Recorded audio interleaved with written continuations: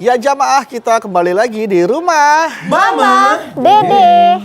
Masa lalu yang kelam nih, Mak. Kalau misalnya kita sudah berumah tangga kan sebaiknya kita nggak usah mengungkit-ungkit masa lalu pasangan kita kan ya, Mak? Lebih baik tidak usah diungkit-ungkit masa lalu. Ibaratnya begini, kalau saya naik sepeda nyungsep, lututnya bonglak, terus ininya nih mata kakinya robek kena batu berdarah-darah. Seminggu kering. Kalau diungkit-ungkit ibaratnya luka yang udah kering dikorek lagi sakit lagi nggak? Lebih baik masih dikorek-korek karena suami Anda punya masa lalu, Anda pun punya masa lalu. Jangan ngorek-ngorek masa lalu orang. Yang penting saat ini dia laki gue, lu bini gue. Beres. Silakan Ipe. Nah, Mak, kalau misalnya nih kita tidak mengungkit-ungkit masa lalu kita gitu, Mak, karena dan kita juga tidak menceritakan kepada pasangan kita karena itu betul-betul kelam gitu ya, Mak. Tahu-tahu ada teman kita nih, Mak, misalnya kita lagi bareng gitu. Tahu-tahu dia ngungkit-ngungkit masa lalu kita, Mak, dengan tujuannya bercanda, Mak, tapi aduh jangan dong ada suami gue nih gitu. Makanya candaan itu harus pada tempatnya. Pastinya. Karena tidak sedikit orang yang bercanda, apalagi kata Ipah ngungkit masa lalu, menyakiti orang. Karena begini, Rasul mengatakan, kalau ada orang nutup aib orang lain ketika dia mati di akhirat, aibnya ditutup oleh Allah. Amin. Amin. Ketika ada orang ngablak membuka aib orang lain, ketika orang tadi mati, aibnya dibuka oleh Allah. Nauzubillah min dzalik. Makanya jangan suka buka aib orang agar aib kita tidak dibuka oleh orang. Kita harus tahu ngomongnya sama siapa, yang dibercandain apa, karena orang tidak sama, ada yang sensitif. Kalau kita mau ngomong goblek juga nggak ada urusan. Terus udah tahu kelakuan kita. Ya. Tapi kalau kita orang ketemu, tidak kenal siapa dia, siapa tahu baper, ya kan? Betul. Ngambek, dismendam dalam hati. Karena sering ketemu kita bercanda numpuk. Akumulasi. Meledak, jadi bom waktu. Hati-hati. Jangan sembarangan. Ini juga sering terjadi ketika lagi musim pemilihan kepala daerah atau pemilihan apapun itu, Mak, ya. Yang namanya black campaign tuh, Mak. Masa lalu calon-calonnya dibuka semua aib-aibnya, Mak. Itu yang salah.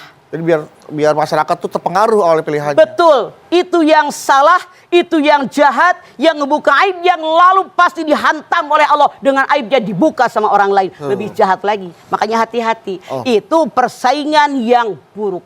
Persaingan yang sesat, yang tidak menguntungkan siapapun, tapi setan yang membawa dia. Hati-hati. Dan apa yang Buru katakan, memang survei membuktikan banyak yang terjadi sampai detik ini. Iya. Aib orang, Allah aja menutupi aib kita, maksud kita buka aib orangnya, Maya. Betul, nggak boleh.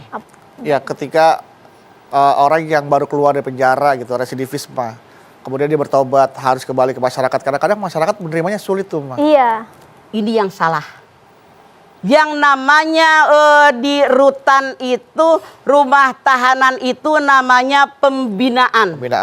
Dibina di sana biar dia lebih baik. Ada pengajian, Mama tahu persis ada pengajian. Nah, kalau dia bergaul dengan yang baik, sekamar dengan orang baik, tidak sedikit kok yang hafal Quran, yang nulis buku, yang suka nulis-nulis di koran. Itu yang positifnya. Tapi tidak sedikit dalam tanda kutip yang negatifnya, begitu keluar makin canggih karena di sana ada S3-nya. Diajarin caranya begini, caranya begini. Itu yang terjadi. Jadi tidak semuanya baik, tidak semuanya buruk, kembali kepada individu yang bersangkutan. Iya. Karena tidak sedikit kayak gembong narkoba di penjara udah masih bisa ngatur keluar. Iya, masih jadi badar juga di penjara. Iya.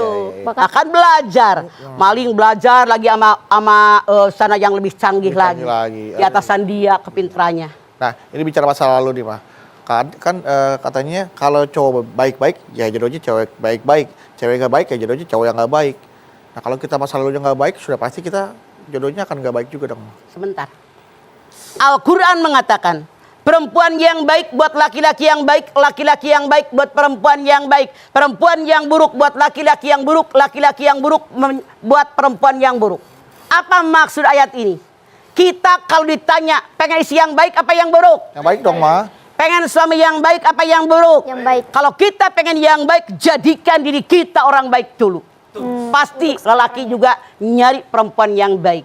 Pasti perempuan juga nyari suami yang baik. Soal dulu mah masa lalu. Iya. Tapi yang penting sekarang. Yang salah kita mah mikirin yang lalu. Mendingan mantan preman jadi kiai daripada mantan kiai jadi preman. Nih, ada seorang ditanya, berapa usia Anda? 60. Tahukah Anda makna usia? Tahu. Saya ini diciptakan oleh Allah, akan kembali kepada Allah. Bagaimana selama ini ibadah Anda? Biasa-biasa. Kata sahabat tadi, robah sekarang. Sisa umur yang kita tidak tahu berapa lagi sisanya dipakai di jalan yang Allah ridho. Seandainya kemarin 60 tahun kita banyak dosa, mudah-mudahan husnul khotimah. Jangan dimanfaatkan di jalan yang tidak baik.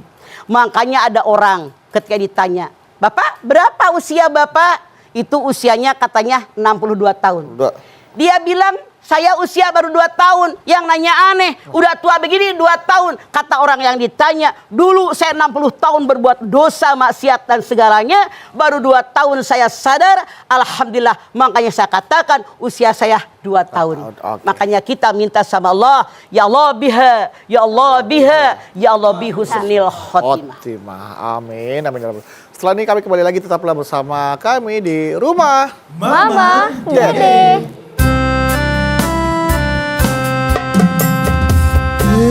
Bersama